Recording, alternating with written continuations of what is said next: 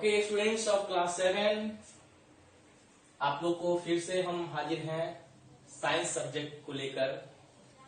और ये video chapter 3 fibre to fabrics के लिए बनाया गया है। इससे पहले हम लोगों ने देखा था, फिर से रिकैप एक बार कर लेते हैं। क्लास 6 में भी हम लोग को फाइबर्स के बारे में पढ़ने हैं और 7 में भी मुझे फाइबर्स के बारे में पढ़ने हैं, 8 में भी मुझे फाइबर्स के बारे में पढ़ने हैं। आप लोगों ने 7 में नेचुरल फाइबर में 5 नाम हम लोगों ने लिखा था: wool, silk, jute, coir and cotton. ठीक है। Then we are discussing about wool. ठीक है, सॉरी वूल नॉट जूल। कहां से ऑब्टेन किए जाते हैं? Whose animal is wool yielding animal. कौन कौन से वूल यील्डिंग एनिमल्स होते हैं? वूल कैसे किस क्वालिटी की मिलती है? कहां कहां मिलते हैं? कौन कौन से इंडियन ब्रीड्स हैं? सीप, गोट, याक, कैमल। इस पे हम लोगों ने डिस्कस किया था लास्ट वीडियो में। क्लियर? ये सब आपको अच्छे से समझ में आया है? इवनिंग सेशन में किसी तरह का डाउट नहीं था? कोई क्वेश्चन डाउट में नहीं आया था? सो हमारे पास डाउट का कोई क्वेश्चन नहीं। क्लियर? आपने उसके अच्छे प्रजाति को देख लिया था। इस तरीके से प्रजाति, उसके जो ब्रीड्स होंगे वो सिलेक्शन आपने कर लिया था। ठीक है। और ये मान के चलो कि तुम वूल यील्डिंग के लिए वो सारे प्रोसीजर कर रहे हो जो तुम्हें दूसरे को वूल प्रोवाइड करना है। क्लियर? तो अब तुमने एनिमल हस्बेंड्री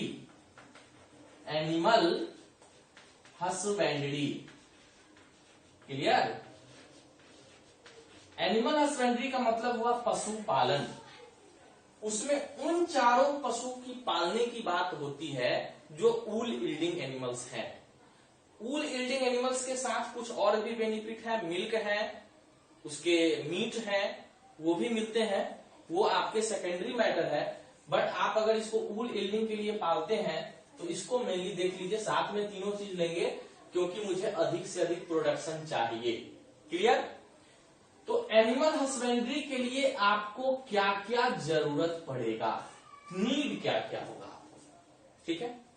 सबसे पहले क्या होगा? गुड ब्रीड्स, मतलब अच्छी क्वालिटी आपको चाहिए जो एनिमल आप पालेंगे। फिर उसके रहने का जगह चाहिए, शेल्टर चाहिए। ठीक है। फिर उसके न्यूट्रिशन की उपाय चाहिए, उसको आप क्या खिलाएंगे इसको आपको देखना है। क्लियर? फिर आप उसे डिजीज अगर कोई होता है तो डिजीज केयर की बात करेंगे। ये 4 उपाय आपके पास होना चाहिए। ये चारों व्यवस्था अगर आपके पास है तो आप एनिमल हस्बेंड्री, वूल यील्डिंग एनिमल मीट और उसके मिल्क के लिए आप इजिली कर सकते हैं। ये पॉइंट्स आपको याद रखना है। क्लियर? क्वेश्चन इस पे बनते हैं। अब आपने एनिमल पाल लिया, बहुत अच्छा किया, आपको वूल प्रोवाइड करने की क्षमता हो गई। ठीक है।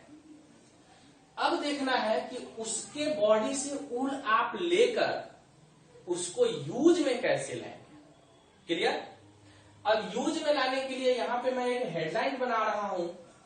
उस हेडलाइन का नाम है प्रोसेसिंग की कौन सी प्रोसेसिंग? तो फाइबर इनटू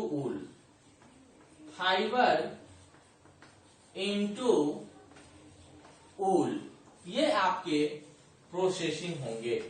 कैसे प्रोसेस करेंगे उस प्रोसेस पे हम लोग एक एक करके डिस्कस करते हैं। ठीक है। सबसे पहला जो प्रोसेस वाली थी, जब आपने एनिमल पाला तो सबसे पहले क्या करेंगे आप लोग बताओ? उसके बॉडी पे, एनिमल के बॉडी पे जो फर है जिसको हम लोग फ्लीस कहते हैं, उसको काट के हटाएंगे, है ना? अब अपने बाल भी पुराने जमाने में, आजकल लॉकडाउन के कारण बड़े बड़े हो गए हैं, कैंची से काटते हैं, अब तो मारते हैं, स्ट्रीमर एकदम श्राक से छोटा हो जाता है। तो उसी तरह से जो सबसे पहले उसको हटाएंगे उसको हम क्या कहेंगे? तो उसको हम कहेंगे सीयरिंग। क्या कहेंगे? सीयरिंग। तो पहला जो प्रोसेस हम करेंगे वो प्रोसेस होगा हमारा सीयरिंग का, है ना। अगर आपसे पूछा जाए व्हाट इज सीयरिंग, तो आप डेफिनेशन क्या दोगे, तो देखो द रिमूवल आउट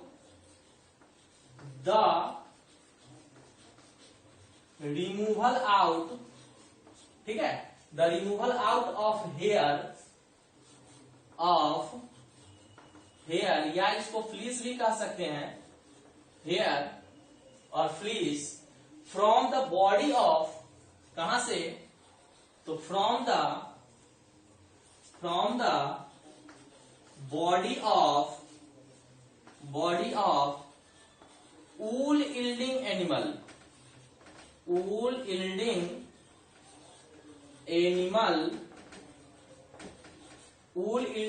के बॉडी पर से जो फ्लीस या हेयर हम हटाएंगे, ठीक है, इस प्रोसेस को हम क्या कहेंगे, एनिमल इज कॉल्ड सीयरिंग। क्या कहेंगे, सीयरिंग कहेंगे। क्लियर। अगर वूल यील्डिंग एनिमल जो भी आपने पाला है, गोट, सीप, याक, ठीक है, कैमल, उसके बॉडी के ऊपर से जो हेयर या फ्लीस आप रिमूव आउट करेंगे, the removal out of hair और fleece from the body of wool yielding animal is called shearing. हटाने की प्रोसेस को हम सीयरिंग कहते हैं। ठीक है, ये किस चीज से हटाए जाते हैं, तो इसको सीजर्स से हटाए जाते हैं। लेकिन अब जो है ये ट्रिमर मशीन से हटाया जाता है। किस चीज से, ट्रिमर, है ना। अब ट्रिमर मशीन से एकदम स्किन से हटा करके जीरो करके कट कर लिया, अच्छे खासे हमको मिल जाएंगे। अब जब आपने उसका सीयरिंग कर लिया, तो सीयरिंग करने के बाद ही आपको नहीं मिल जाएंगे ऊल। जब गोट या जो भी ऊल यील्डिंग एनिमल है वो जहां बैठेंगे वहीं टॉयलेट जाएंगे, तो उसकी गंदगी उसके फ्लीस में लगा हुआ है, बहुत सारे मिट्टी धूल कुछ भी लगा हुआ है, तो उसको क्या करेंगे, स्कॉर्डिंग करेंगे। क्या करेंगे, स्कॉर्डिंग करेंगे। ठीक है, स्कॉर्डिंग करेंगे। स्कॉर्डिंग के लिए क्या हम डेफिनेशन लिखेंगे, द प्रोसेस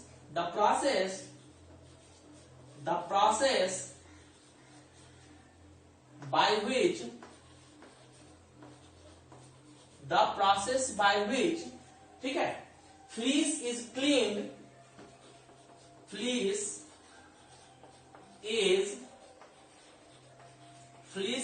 cleaned, ठीक है, after the shearing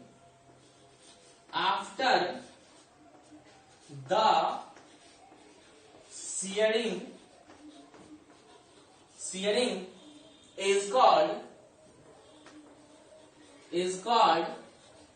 स्कॉर्डिंग, है ना। इस फ्लीस को साफ सफाई करने की प्रोसीजर, सीयरिंग के बाद जो साफ करने की प्रोसीजर होगी वही स्कॉर्डिंग कहलाएगा। The process by which fleece is cleaned after the shearing is called scouring. ठीक है, ये भी मशीन से आजकल होते हैं, कोई दिक्कत नहीं ना। अब चलिए नेक्स्ट पॉइंट हम लोग देखते हैं, इसको आप नोट कर लेंगे, मैं मिटाते चलूंगा। ठीक है, मिटा दो, ओके, मिटा रहा हूं, आप स्क्रीनशॉट लेकर के इसको नोट कर लीजिए। अब हम लोग देखते हैं कि जब इसकी साफ सफाई हो गई, तो साफ सफाई होने के बाद इसका क्या होता है, तो साफ सफाई होने के बाद अच्छे क्वालिटी के ऊल को अलग करेंगे, मीडियम क्वालिटी के ऊल को अलग करेंगे, खराब क्वालिटी के ऊल को अलग करेंगे, मोटे क्वालिटी के ऊल को अलग करेंगे, पतले क्वालिटी के ऊल को अलग करेंगे, जिसमें आग जल्दी पकड़ते हैं उसको अलग करेंगे, जिसमें आग जल्दी नहीं पकड़ते हैं उसको अलग करेंगे। तो इस प्रोसीजर को हम लोग कहते हैं सॉर्टिंग एंड ग्रेडिंग। क्या कहते हैं, सॉर्टिंग एंड ग्रेडिंग। ठीक है, क्या कहेंगे, after the scouring of fleece, after the scouring of fleece, fleece की जब स्कॉर्डिंग हो गई, उसकी क्लीनिंग हो गई, are sorted to texture, are sorted to texture, are sorted to texture. ठीक है, this process is called this process is called sorting और एंड ग्रेडिंग। ठीक है, गौर से समझ लीजिए, एग्जाम में ये सब डेफिनेशन खूब आते हैं। आफ्टर द स्क्वाडिंग, स्क्वाडिंग मतलब उसकी क्लीनिंग करने के बाद आपने फ्लीस को क्या किया, बड़े छोटे मोटे पतले इन सब आधार पे उसको अलग अलग किया, सॉर्ट किया, ग्रेडिंग किया। इसी प्रोसेस हमारा कहलाता है सॉर्टिंग एंड ग्रेडिंग। तो कौन कौन से आधार होगा जिस आधार पे हम इसको सॉर्टिंग करेंगे, तो इसको हम लोग सिलेक्ट करते हैं क्वालिटी। क्यों करते हैं, तो क्वालिटी ऑफ वूल है ना, किस क्वालिटी को हम लोग देखते हैं, इसको जरा समझ लीजिए कौन से क्वालिटी को देखते हैं।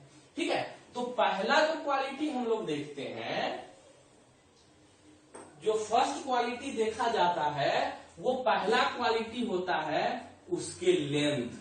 क्या होता है, उसके लेंथ होते हैं। ठीक है, कितना बड़ा है, जो बड़ा होगा उसको एक तरफ रखेंगे, जो उससे छोटा होगा उसको एक तरफ रखेंगे, जो उससे भी छोटा होगा उसको एक तरफ रखेंगे। तो सबसे जो पहला पॉइंट होगा उसके लेंथ के आधार पर उसको हम लोग अलग करेंगे।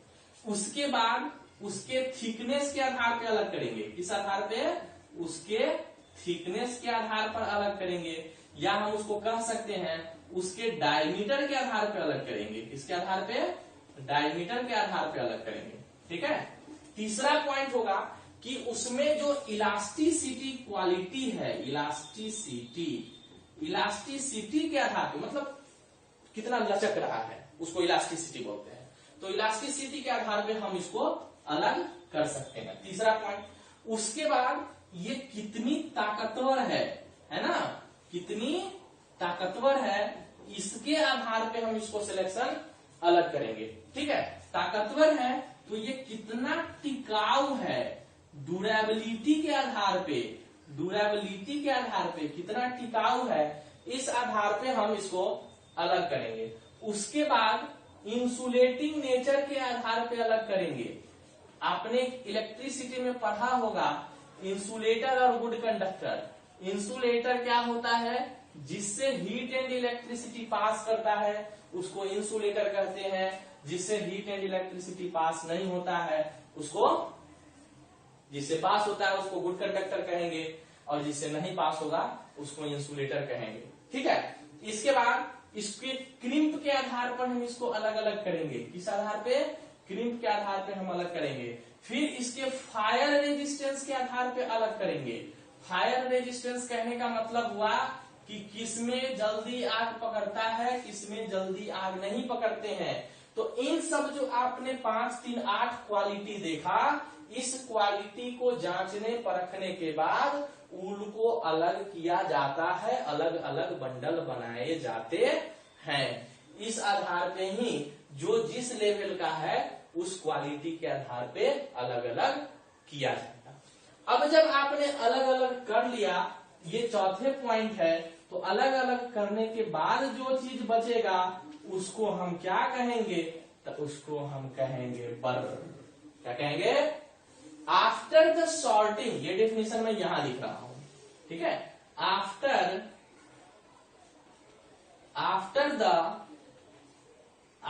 द सॉर्टिंग एंड ग्रेडिंग,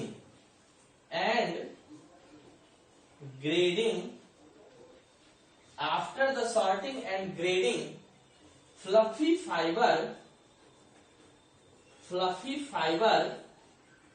ठीक है, फाइबर कॉल्ड क्या कहेंगे उसको, बर्ड कहेंगे। क्या कहेंगे, बर्ड कहेंगे।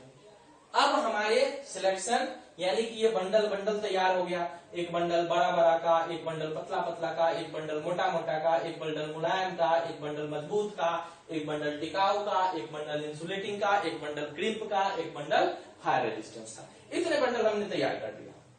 अब मुझे बंडल जब तैयार हो गए तो बंडल हम लपेट के थोड़े ही घूमेंगे ठंडी के महीने। अब मुझे उससे कपड़े तैयार करने हैं, तो मैं इसको मिटा दे रहा हूं। मैं आगे का काम करता हूं, आपने पिछला काम कर लिया है तो ठीक है, नहीं तो इसको स्क्रीनशॉट ले लीजिए, रोक लीजिए और फटाफट कॉपी में नोट कर लीजिए। हम आगे बढ़ते हैं। क्लियर, चलिए। अब ऊल मेरे पास तैयार हो गया, ऊल नहीं तैयार हुआ, अब मेरे पास फाइबर तैयार हो गया, है ना, फाइबर तैयार हो गया।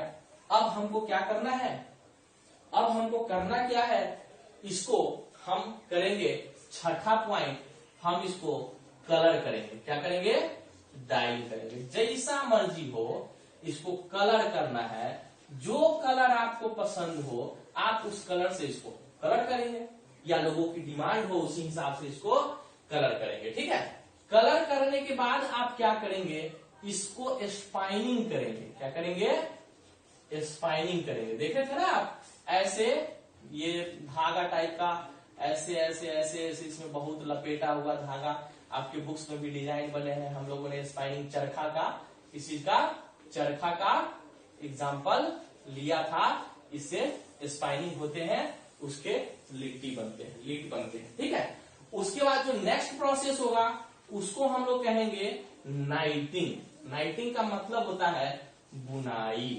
क्या होता है, बुनाई, है ना। अब मेरा स्वेटर, है ना, स्वेटर तभी तो तैयार होंगे, तो अब हमारा बुनाई हो गया। अब मेरा फाइनल जो नमा पॉइंट है उसको हम लोग कहेंगे यूजेज। अब हम इसका यूज करेंगे, यूजेज ऑफ वूल। तो यूजेज ऑफ वूल कहां कहां यूज करेंगे, तो टू मेक स्वेटर, किस चीज में, स्वेटर, ग्लव्स, है ना, ग्लव्स, ये सब। अगला point, wool is use to make, क्या बनाने में, टू मेक, तो कारपेट बनाने में। कौन, क्या बनाने में, कारपेट बनाने में। अब और क्या यूज करेंगे, ऊल का जो यूज होता है और कहां यूज होता है, इसको भी जरा देख लीजिए। ब्लैंकेट, कारपेट, ठीक है, ब्लैंकेट हो गया, कारपेट हो गया। साउंड प्रूफ के लिए भी इसका यूज, साउंड प्रूफ के लिए भी इसका यूज करते हैं। ठीक है, ये इतने काम आप याद रखेंगे। उसके बाद देखिए, इनर वियर के रूप में भी यूज होते हैं। ठीक है, ये होजियरी कपड़ा जो होता है ना, इसमें भी यूज इसका होता है। तो आपने इसके 9 स्टेप देखे, 8 स्टेप देखे, और 9th स्टेप हमारा यूजेज हो गया। इस यूजेज में आकर के हमारा ऊल की कहानी खत्म होती है। अब हम लोग नेक्स्ट पॉइंट पे डिस्कस करेंगे, जिसमें सिल्क की चर्चा होगी। ठीक है, आई होप 2 वीडियो में आप लोगों ने ऊल की कहानी समझ गया होगा। आप नहीं समझे हैं तो थोड़ा कमेंट करिएगा, हम उसको एक्सप्लेन करने की कोशिश पूरी करेंगे। Clear, okay.